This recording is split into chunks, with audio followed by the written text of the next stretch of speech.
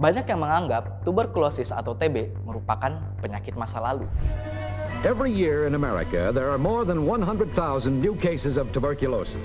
Of all infectious diseases, tuberculosis is still the greatest killer. This film on Padahal, hingga munculnya pandemi COVID-19, TB merupakan penyebab kematian utama dari sebuah agen infeksi tunggal, bahkan melampaui HIV/AIDS. TB disebabkan oleh bakteri Mycobacterium tuberculosis, ditemukan pertama kali oleh Dr. Robert Koch pada tahun 1882. TB sudah ada sejak ribuan tahun lalu. Sebuah studi terhadap kerangka manusia purba menunjukkan kehadiran TB sebagai musuh manusia yang telah ada sejak lama. Penyakit ini biasanya menyerang paru-paru atau biasa disebut pulmonary TB. Namun bisa juga menyerang bagian tubuh lainnya di luar paru-paru atau biasa disebut extrapulmonary TB. Gejalanya meliputi batuk kronis dengan dahak berdarah, demam, keringat malam, dan penurunan berat badan. TB dapat menular melalui udara ketika seseorang yang terinfeksi batuk atau bersin. Karena penyakit ini telah lama ada, TB terdokumentasi dengan baik dalam sejarah manusia.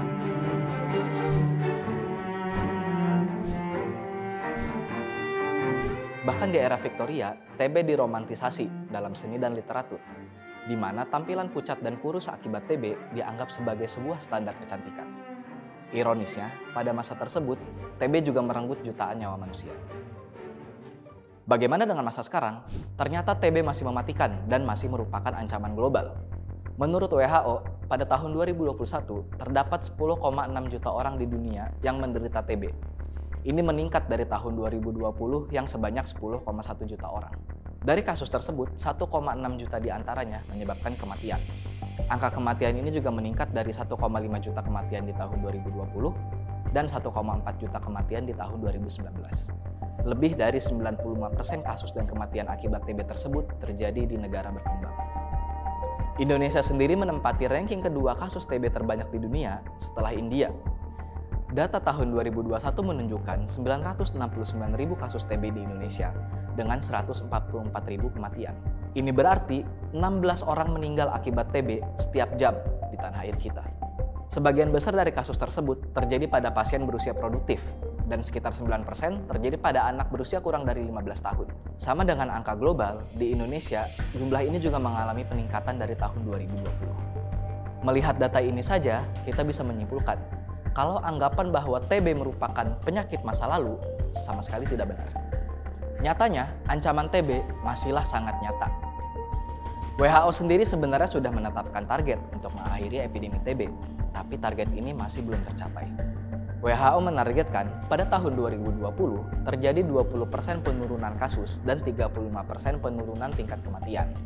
Realitanya, dari tahun 2015 sampai tahun 2021, terjadi penurunan kasus sebesar 10%. Sementara untuk tingkat kematian, terjadi penurunan sebesar 5,9%.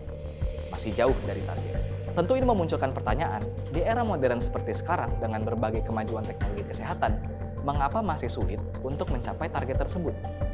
Alat diagnosisnya ada, obatnya ada, penyakitnya bisa disembuhkan.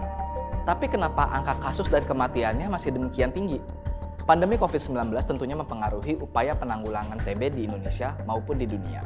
Resource yang dialihkan, lockdown, pembatasan aktivitas, tentunya sedikit banyak mempengaruhi diagnosis dari TB dan penanganannya. Akibatnya, angka kasus yang sudah konsisten turun dari tahun ke tahun hingga tahun 2019 kembali naik di tahun 2020 dan 2021.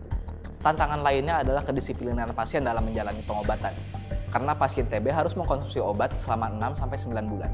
Banyak pasien yang tidak menuntaskan pengobatannya, hingga akhirnya bisa berakibat pada munculnya tantangan baru, yaitu TB yang resisten terhadap obat, atau yang biasa disebut multidrug resistant TB, atau TB-MDR. Determinan TB seperti kemiskinan, kekurangan gizi, infeksi HIV, diabetes, merokok, juga bisa menambah komplikasi dalam upaya memerangi TB.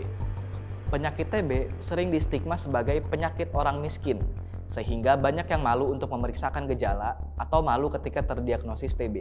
Padahal dengan penularan melalui airborne atau udara, tentunya TB bisa menyerang siapa saja, tidak peduli terhadap background sosial atau ekonominya. Terlepas dari segala kompleksitas tersebut, kita harus menyadari bahwa TB masih menjadi perhatian global dan sama sekali tidak bisa dianggap remeh. Indonesia sendiri sudah mengeluarkan Peraturan Presiden Nomor 67 Tahun 2021 tentang penanggulangan TBC untuk mendukung target global dalam menurunkan kasus TB, khususnya di Indonesia. Sinergi semua pihak tentunya diperlukan dalam upaya global untuk mengakhiri TB. Edukasi tentang TB termasuk cara pencegahan dan penanganannya, serta menghapus stigma terhadap penderita TB bisa menjadi kontribusi kita untuk memutus rantai penularan TB. Bersama, kita bisa memenangkan perang terhadap TB. Jaga sehat.